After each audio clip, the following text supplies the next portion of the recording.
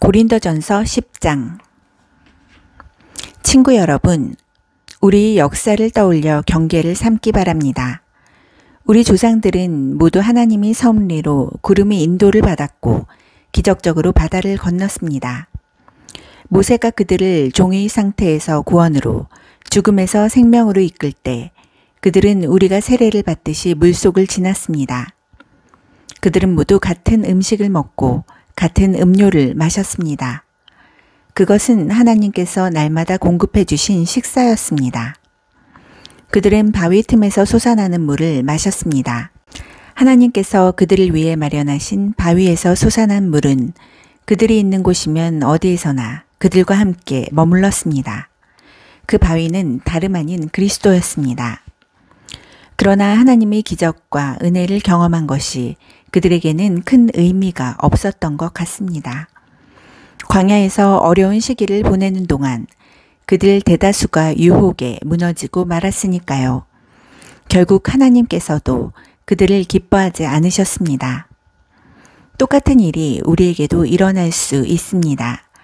그러니 우리는 그들처럼 자기 마음대로 하려고 하다가 허를 찔리는 일이 없도록 조심하지 않으면 안 됩니다.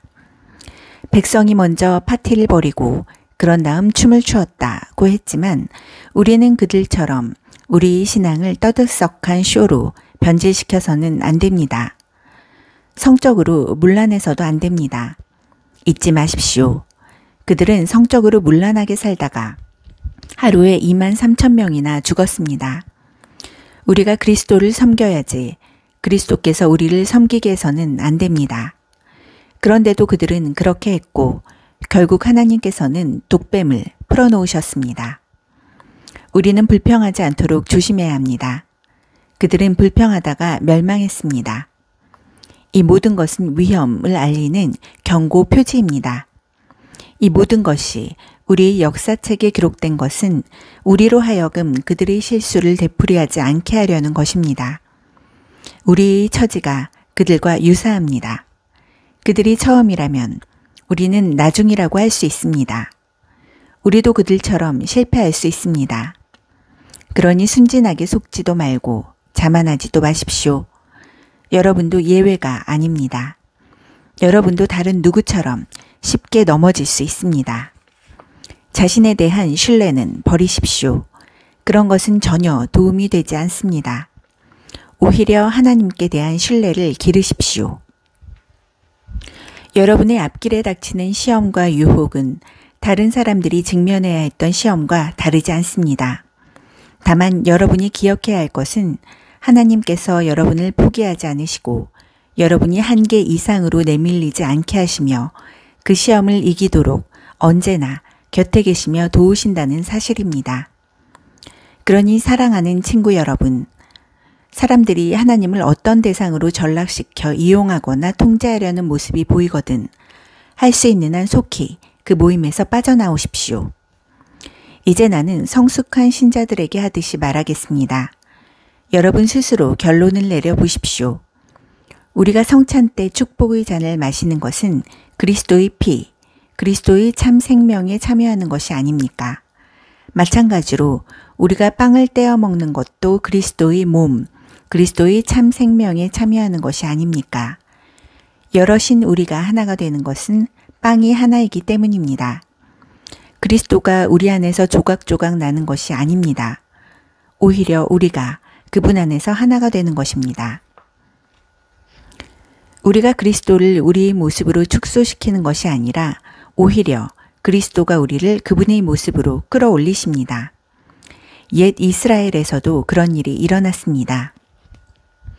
하나님의 제단에 바친 제물을 먹는 사람은 하나님의 활동에 참여한 사람이 되었던 것입니다. 이제 차이점을 아시겠습니까? 우상에게 바친 제물은 아무것도 아닌 것에 바친 것입니다.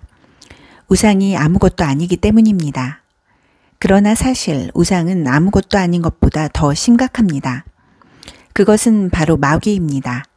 바라건대 여러분은 스스로를 여러분보다 못한 것으로 떨어뜨리지 마십시오. 여러분은 둘 다 가질 수 없습니다. 여러분이 한날은 주님과 잔치를 벌이고 이튿날에는 마귀들과 잔치를 벌일 수 없습니다. 주님은 그런 것을 참으시는 분이 아닙니다. 주님은 우리 전부를 원하십니다. 전부가 아니라면 우리는 아무것도 아닌 것이 됩니다. 그런데도 여러분은 여러분보다 못한 것과 어울리시겠습니까? 여러분은 한 면만 보고 이렇게 말할지도 모르겠습니다. 뭐든지 괜찮아.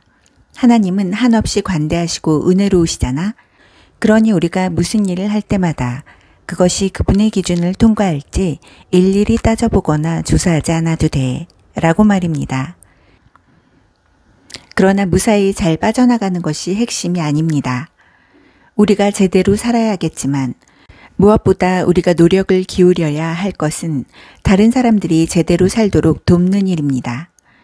이것을 행동의 근거로 삼으면 나머지는 상식선에서 해결됩니다. 예를 들어 정육점에서 판매하는 것은 무엇이든 먹어도 됩니다. 정육점에서 파는 고기마다 우상에게 바친 것인지 아닌지 따질 필요가 없습니다. 결국 땅과 거기서 난 모든 것이 하나님의 것이니까요. 정육점에서 판매하는 양의 다리도 땅에서 난 모든 것에 포함됩니다. 믿지 않는 사람이 초대한 저녁 식사에 여러분이 가고 싶다면 가서 마음껏 즐기십시오. 여러분 앞에 차려진 음식은 무엇이나 드십시오. 여러분을 초대한 사람에게 차려진 음식마다 윤리적으로 깨끗한 것인지 일일이 추궁하듯 묻는다면 그것은 예의에 어긋난 행위이며 바람직한 영성도 아닙니다. 그러나 여러분을 초대한 사람이 일부러 이것과 저것은 우상에게 바친 음식입니다 하고 말해주거든 그 음식은 먹지 않는 것이 좋습니다. 여러분은 그 음식이 어디에서 왔든 개의치 않겠지만 여러분을 초대한 사람은 그렇지 않습니다. 여러분은 그 사람에게 여러분이 예배하는 분에 관해 혼란스러운 메시지를 주어서는 안 되기 때문입니다. 이처럼 특별한 경우가 아니라면 나는 속 좁은 사람들이 하는 말에 마음 졸이며 신경 쓰지 않겠습니다. 나는 마음 편히 처신하겠습니다. 마음이 넓으신 주님께서 어떻게 말씀하셨는지 알기 때문입니다. 내 앞에 차려진 음식을 먹으면서 식탁에 놓인 것을 두고 하나님께 감사드린다면 그런 내가 어떻게 남이 하는 말을 두고 마음을 졸이겠습니까? 내가 그 음식에 대해 하나님께 감사드렸고 하나님께서도 그 음식을 축복해 주셨는데 말입니다.